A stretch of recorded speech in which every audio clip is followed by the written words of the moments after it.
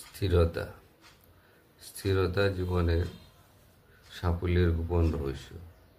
স্থিরতা না থাকলে কি হয়, কি ক্ষতি হয়, আর স্থিরতা কেন দরকার আমরা তা জানব।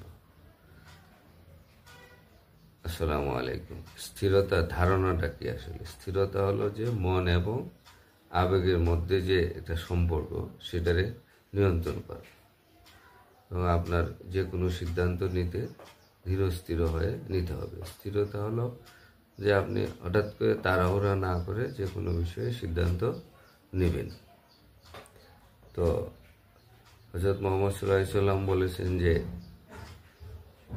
যে শক্তিশালী সেই ব্যক্তি যে স্থিরতা অর্জন করতে পারে, স্থিরতা রাখতে পারে। রাগের বশবর্তী, রাগের সময় যে স্থির থাকতে পারে, সে হলো সবচেয়ে শক্তিশালী ব্যক্তি। আর মুহাম্মদ সাল্লাল্লাহু আলাইহি সাল্লাম ছিলেন একদম সর্বোত্তম উদাহরণ স্থিরতার। তো স্থিরতা কেন দরকার?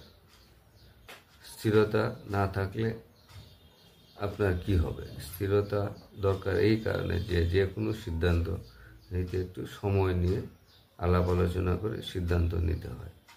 সিদ্ধান্ত একটু সময় নিয়ে নিলে আপনি সঠিক সিদ্ধান্ত নিতে পারবেন, আর না হলে আপনি ভুল সিদ্ধান্তের পথে পড়ে যেতে পারেন। পরবর্তী সময়ে আপনি পস্তাতে পারেন এবং অনেক সময় ক্ষতির সম্মুখীন হবেন।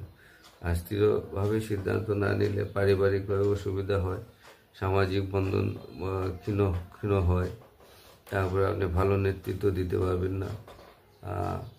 নেতা হতে গেলে ধৈর্য ধারণ করে সময় নিয়ে সিদ্ধান্ত নিতে হয় এবং রাগের সময় মনকে স্থির রাখতে হয়, কথাবার্তা কম বলতে হয় এবং শুনতে হয় বেশি, পড়াশোনা বেশি করতে হয়। এইসব বিষয়ে আলোচনা করলে আপনি সিদ্ধান্ত স্থির থাকতে পারবেন।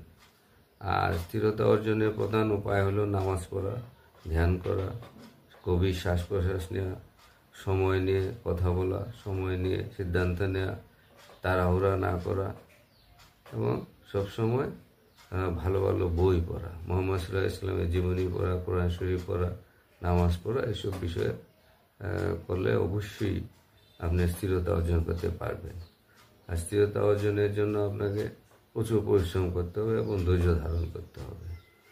স্থিরতা অর্জন করেন আল্লাহ তাআলা কোরআনে বলেছেন যে তোমরা নামাজ এবং ধৈর্যের সাথে সাহায্য প্রার্থনা করো।